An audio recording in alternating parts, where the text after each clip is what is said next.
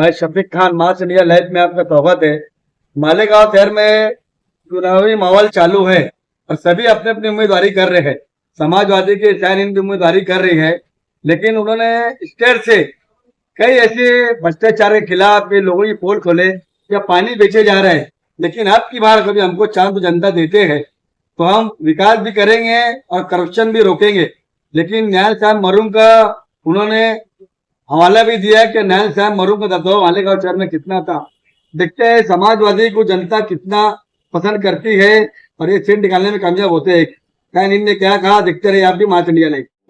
तेरा लबरेज पैमाना बहुत छलका रहा है, मगर मैखाने से क्यों घबरा रहा है? और शान हिंद बोल रही है कि मेरे अप्पू की, साथी निहाल अहमद साहब की, मेरे अप्पू की उतरी हुई पोशाक है वो पहनकर तुम जिसे इतरा रहा है, पहनकर तुम जिसे इतरा रहा है। और करिया तमाम तुमसे खंगाले न जाएंगे, हम जैसे मोती फिर से निकाले न जाएंगे, हम जैसे मोती फिर से निकाले न जाएंगे।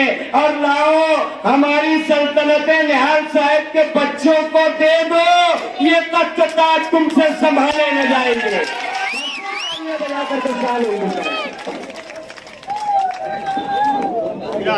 जनाब सदर साहब और आप तमाम साथियों,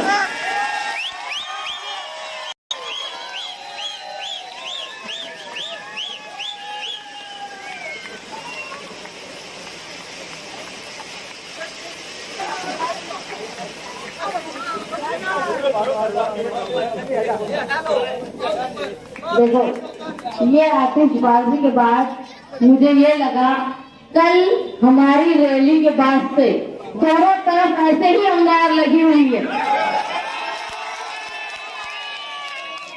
साथियों, हम जहाँ जमा हुए हैं इस्लामपुरा, ये हारून अंसारी साहब की करीब घर के करीब हम यहाँ हैं।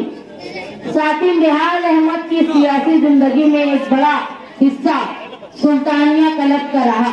जनाब सदर मोहतरम और कारी साहब यहाँ मौजूद हैं। मैं इनकी शुक्रगुजार हूँ कि निहाल अहमद को साथी निहाल अहमद साहब बनाने वाले ये लोग हैं। इस इलाके में डॉक्टर अब्दुल सलाम, मुल्ला मेंबर, शफी मेंबर, जैनो हयात, ये तमाम ऐसे लोग थे जिन्होंने साथी निहाल अहमद का साथ दिया। और एक नाम जो साथी हमारे बहुत करीब, फातिमा मोहम्मद सईद, जिनको आप लोग फतुआदारी के नाम से जानते, मालेगांव शहर की एक ऐसी खातून जो बड़े बड़े डॉक्टरों को पैदा करने में मददगार थी, वहां से लेके मुस्तकीम डिग्निटी तक के फतुआदारी उनके साथ थी। मैं शुक्रगुजार हूँ।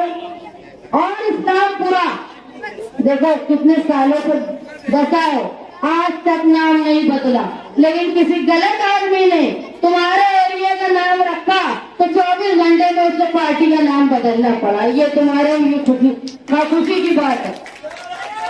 मैं जब यहाँ आई तो इस्तकबाल में मैंने देखा कि 12 नवंबर के लोग, खास तौर पे हारून भाई, फैसल भाई और रमजान भाई, उन्होंने इस्तकबाल किया। ये वो लोग हैं जिनको मैंने 12 नवंबर के पहले शक्ल से मैं नहीं पहचानती थी, लेकिन जब ये लोग फूल के आए और मुलाकात की तो वो इस तरह मुझे बुलाते थे, भाई ऐसा भाई वैसा। तो मुझे ये लगा कि जेल में भी ये मानते थे कि कम से कम शान हिंद बाहर है जो हमारे लिए कुछ न कुछ कर रही है। वही मोहब्बत आज नहीं आज तक उन लोगों के साथ है। ये हमारे लिए शर्फ की बात है। मालेगांव शहर में सियासी जलसों का चलन चल रहा है, इलेक्शन करीब है, और यही इसी इलाके में एक जलसा हुआ जिसमें 12 नवंबर की सफाई दी गई।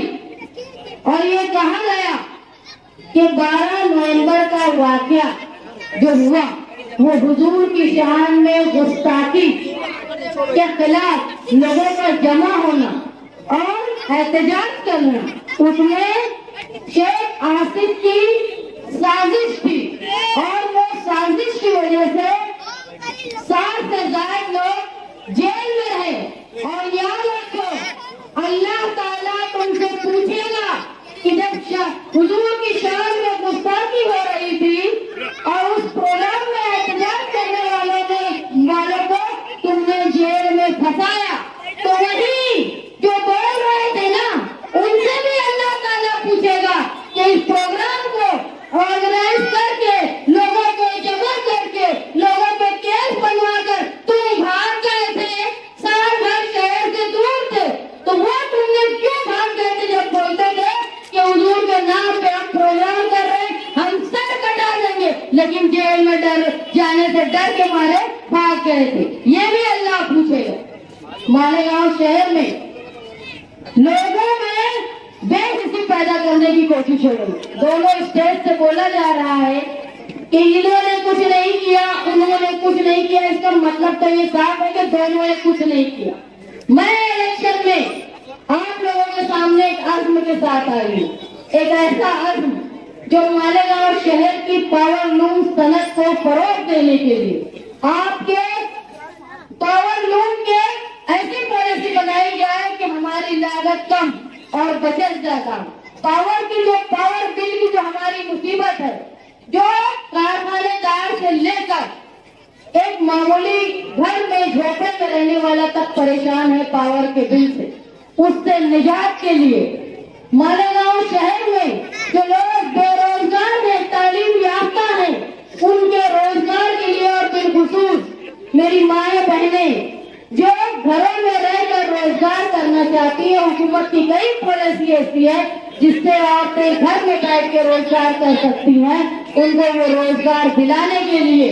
और मालेगांव शहर में जब कोई औरत को हॉस्पिटल के लिए दूसरे शहर जाना पड़ता है, कोई मर्द को यहाँ तक के सिटी स्कैन और दूसरे मर्द के लिए दूसरे शहर जाना पड़ता है, वो लानत ना आए मालेगांव शहर में हिफ्ज़ान सेहत का मामला हो, उसका हम इंतजाम करेंगे। दूसरा सबसे बड़ा है तुम्हारा तहफ़्फ़ुज़, तुम्हारा दबदबा, ताकि 12 नवंबर जैसे वाक़यात पेश ना आए और गढ़ की यात्रा जैसे मामला जिसमें मुसल्लियों को खड़े रहना पड़ा क्योंकि मस्जिद के बाहर डीजे का इतना शोर हो रहा था और इतना शोर हो रहा था कि नमाज में खलल हुआ।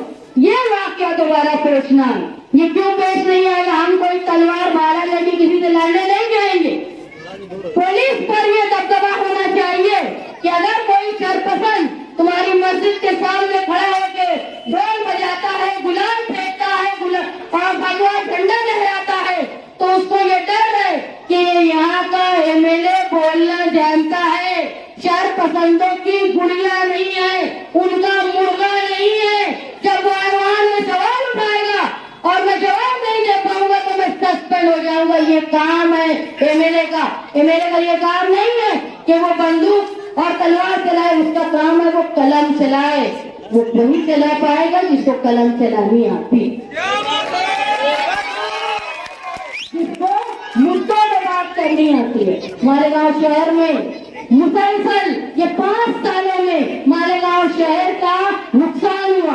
कहीं उन्होंने अपनी कुर्सी पाने के लिए मालेगांव शहर का पानी बेच डाला, कहीं उन्होंने मालेगांव शहर का जो 70% टैक्स था हमारा, जब साथी निहाल अहमद साहब मेयर थे ना, उन्होंने सीधा ये कहा था कि नदी के इस पार और उस पार के लिए कि जो जितना टैक्स देगा उसके लिए उतना काम होगा।